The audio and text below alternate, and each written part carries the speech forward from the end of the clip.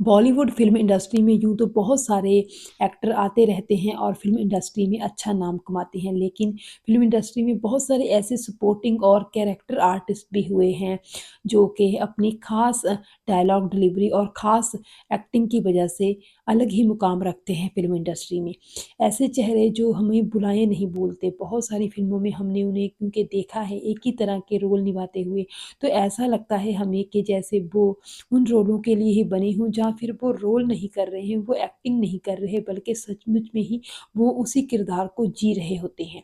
आज हम बात करेंगे इफ्तिकार खान यानी कि अ, फ़िल्म इंडस्ट्री के बॉलीवुड फ़िल्म इंडस्ट्री की रियल पुलिस कहे जाने वाली वो दिग्गज अदाकार की जो कि अपनी पुलिस और कमिश्नर की भूमिका में वो खूब जो जाने-पहचाने जाते रहे हैं। इफ्तिखार खान का जन्म हुआ था 22 फरवरी 1920 को जालंधर में और इसी तरह फिर उन्होंने मुंबई आकर अपने फ़िल्मी करियर की शुरुआत की थी और अगर उनके फ़िल्मी करियर की बात की जाए तो उन्होंने 1979 में काला पत्थर, 1978 में डॉन, 1978 में ही अँखियों के झरोखे से, फिर 1978 में खून की पुकार और शोले जैसी फ़िल्मों में काम किया।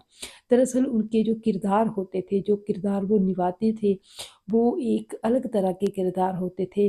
कभी वो दादा, कभी अंकल, कभी कोर्ट रूम जज, कभी वकील बने होते थे, लेकिन इन सभी भूमिकाओं में वो जान फूँक देते थे। ऐसा लगता ही नहीं था कि वो जो कोई कैरेक्टर कर रहे हैं, कोई जो है रोल कर रहे हैं, ऐसा नहीं लगता था, बल्कि ऐसा लगता था कि वो नेचुरल ही है, वो वही इंसान है, वही इंसान की वो ज़िंदगी में असली कैरेक्टर जो है, वो मौजूद है। लेकिन ऐसा नहीं था, वो रोल ही प्ले किया करते थे, लेकिन वो इतनी संजीदगी के साथ इतने जो है डीपली उस कैरेक्टर में चले जाते थे कि ऐसा लगता था कि वो सचमुच ही रियल में ही वो इंसान है। बहुत ही सहज और नॉर्मल तरीके से वो एक्टिंग करते थे और उनकी डायलॉग डिलीवरी भी बहुत गंभीर और बहुत शांत होती थी, जिसके कारण लोग उनको उनकी एक्टिंग स्टाइल को अलग से ही पहचान लेते थे। तो इस तरह पुलिस कमिश्नर की भूमिकाओं में तो वो खूब जचे थे और बॉलीवुड में सचमुच है इसमें इसीलिए उनको जो था रियल पुलिस कहा जाता था क्योंकि बहुत ज़्यादातर उन्होंने पुलिस कमिश्नर जहाँ पुलिस इंस्पेक्टर के ही रोल किए थे। डॉन में उनके किए रोल को कौन भुला सकता है, बेहद अलग तरह का रोल उन्होंने किया था और इस अलग तरह के रोल के कारण ही आज भी हम उनको याद करते हैं। अगर बात हम करें हम उनकी पर्सनल लाइफ़ की तो अ, इफ्तिकार खान ने जो था हमजा यूसुफ नाम की एक यहूदी लड़की से शादी की थी, कोलकाता की रहने वाली थी वो और उन्होंने बाद में अपना नाम बदल कर रेहाना अहमद रख लिया था। उनके 2 बेटियाँ हुई थी सलमा और साइदा। तो इस तरह ये उनकी पर्सनल लाइफ़ थी और एक बहुत ही अच्छे इंसान थे वो, बहुत ही संजीदगी के साथ जो थे बात करते थे और वो एक अच्छे पेंटर भी थे, वो बहुत अच्छे सिंगर भी थे। देखिए एक मल्टी टैलेंटेड कलाकार थे वो अ, अच्छी पेंटिंग भी कर लेते थे और गा भी अच्छा लेते थे। लेकिन ख़ैर गाने की बात तो ये है कि फ़िल्म इंडस्ट्री में तो बहुत अच्छे-अच्छे जो ट्रेंड है कमर्शियल सिंगर हैं, उनको भी बहुत मुश्किल से मौका मिलता था। लेकिन इफ्तिकार खान ने भी फ़िल्मों में गायकी के लिए ट्राई ही नहीं किया था। वो तो सिर्फ़ रोल ही करना चाहते थे फ़िल्मों में, सपोर्टिंग किस्म के रोल भी उनको मिलते थे, वो तो बहुत ज़्यादा खुशी के साथ करते थे।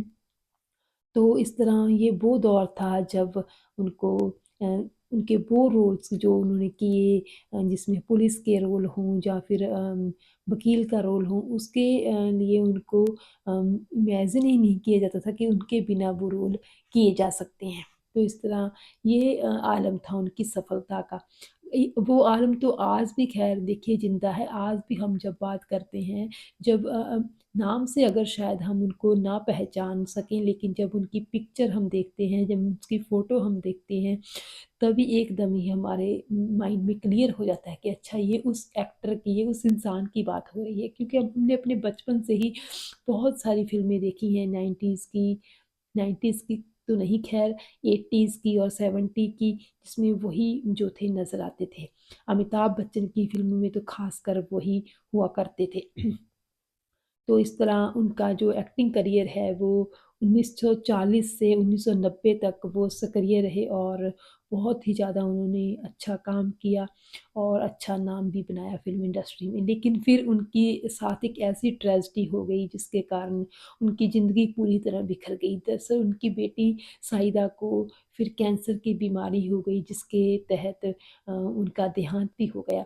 लेकिन उन्होंने अपनी बेटी को इस तरह तिल-तिल मरते हुए देखा कि वो इस बात को झेल ही नहीं सके, बर्दाश्त ही नहीं कर सके और कहते हैं कि अपनी बेटी के देहांत के महज़ 1 महीना बाद ही वो इतने ज़्यादा बीमार पड़ गए कि 1 महीने के भीतर ही उनकी भी डेथ हो गई। और अ, 4 मार्च 1995 का वो दिन था जब वो इस दुनिया को रुखसत कह गई इस दुनिया से रुखसत हो गए। तो इस तरह एक बेहतरीन एक्टर का अंत हो गया, उनके करियर का अंत हो गया। लेकिन जो है ज़िंदगी में अगर हम बात करें उनके फ़िल्मी करियर की तो वो शानदार था। आज भी हम उनको याद करते हैं और उनकी इमेज एक ख़ास तरह की इमेज है। आज भी हमें जो है हमारी यादों में बसी हुई है, हमारी इमेजिनेशन में बसी हुई है। कुछ चेहरे ऐसे होते हैं, कुछ कैरेक्टर ऐसे होते हैं जो हम एक बार देख लेते हैं तो हम उनको भूल नहीं सकते। वो हमारे माइंड में स्टक हो जाते हैं, कहीं न कहीं घर कर जाते हैं। इतने सालों बाद भी जब हम उनकी बात करते हैं तो वो कैरेक्टर उनका वो निभाया हुआ रोल, दमदार रोल हमारी इमेजिनेशन में, हमारे माइंडसेट से तभी बाहर आ जाता है और हम पहचान जाते हैं कि ये वो कलाकार है। और इफ्तिख़ार खान भी एक ऐसे ही कलाकार थे जिनको इग्नोर नहीं किया जा सकता था, जिनको जो था नज़रअंदाज नहीं किया जा सकता था और उनकी एक्टिंग की यही ख़ासियत थी और यही उनकी पहचान भी थी। सो भारतीय फ़िल्म इंडस्ट्री के इतिहास में सपोर्टिंग एक्टर और सपोर्टिंग कैरेक्टर एक्टर के इतिहास में उनको सुनहरे अक्षरों के साथ याद किया जाता रहेगा।